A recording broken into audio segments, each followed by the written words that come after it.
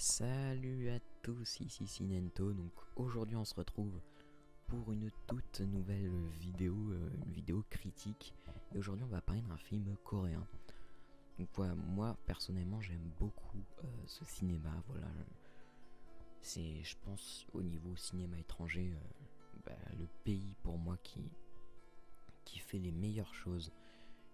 Voilà, il y a énormément de films en fait coréens qui font partie de mes films préférés, en tout cas peut-être si je devais faire un top 100.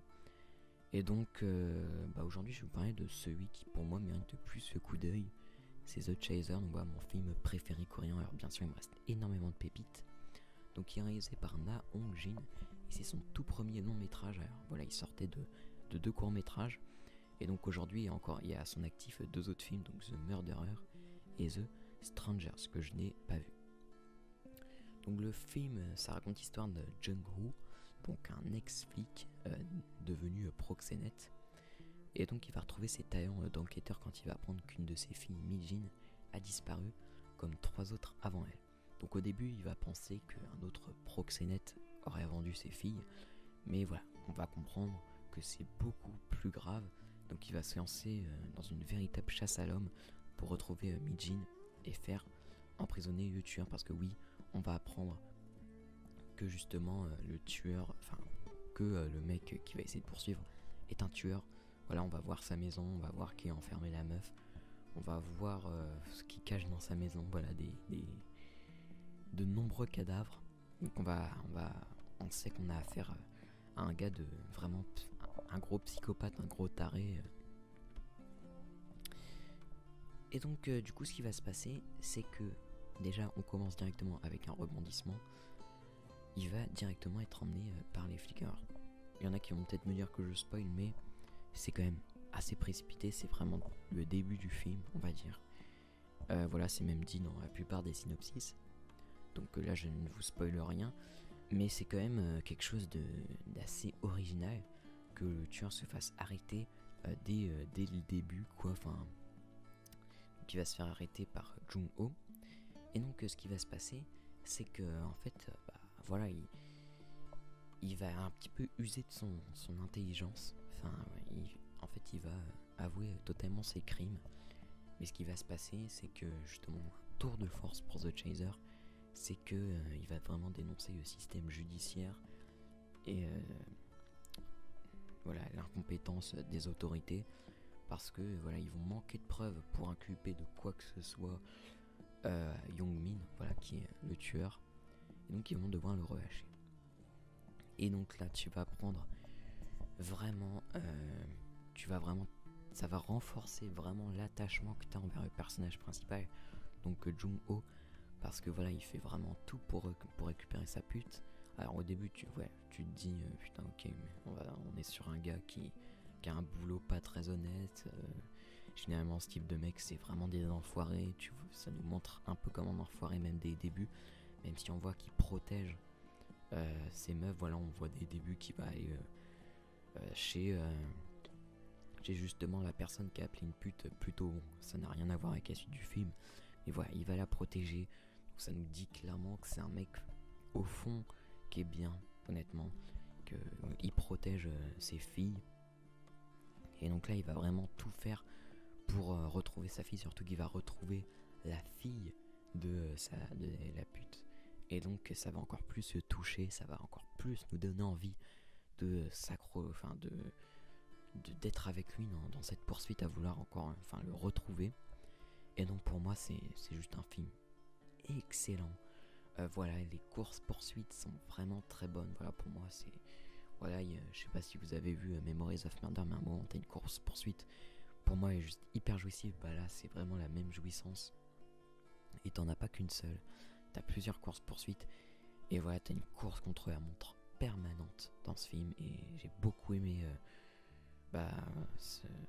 j'ai beaucoup aimé ça, quoi. On a une ambiance qui est vraiment très froide, très sombre. Ça aussi j'aime beaucoup avec le cinéma coréen. C'est un cinéma qui se permet plus de choses au niveau de son ambiance. Voilà, ça a pas peur de pas faire de chiffres ou quoi. Ça y va vraiment à fond. En tout cas ce film il va à fond.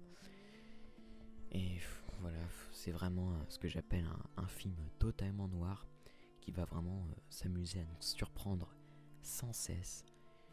Et puis, voilà, ça joue admirablement avec les codes du genre. Et ça, voilà, c'est déroutant, c'est tendu, c'est drôle. Et c'est ultra violent, voilà, j'ai beaucoup aimé ça dans le film également, son ultra violence. Voilà, dès le début, c'est ultra violent quand tu vois ce qu'il fait à la fille quand même.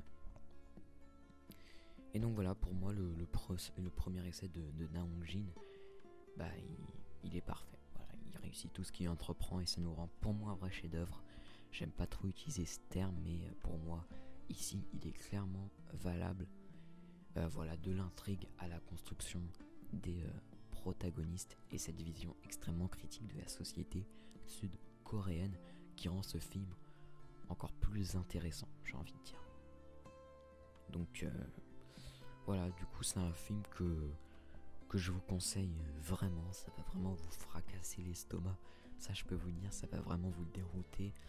Voilà, même je pense pour les plus coriaces d'entre vous, ça va pas vous allez pas sortir indemne de ce film, je pense. Voilà, il n'y a aucun manichéisme, ça nous plonge vraiment dans une atmosphère putride et horrible quoi. Et donc voilà, ça nous expose, tout ça exposé à nos yeux. Voilà, tout est à misère.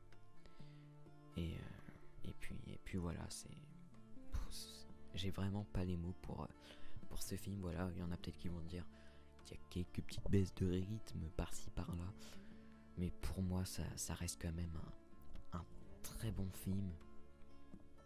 Et puis voilà, ça va au plus profond de l'âme humaine, de ce que sont capables de faire certaines personnes.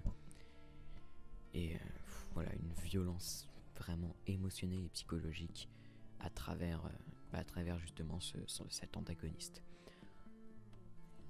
Et même au niveau du casting, moi je trouve que c'est plutôt bien. Voilà, le personnage principal, il joue extrêmement bien. Voilà, Juan, je ne me rappelle plus du nom de l'acteur principal.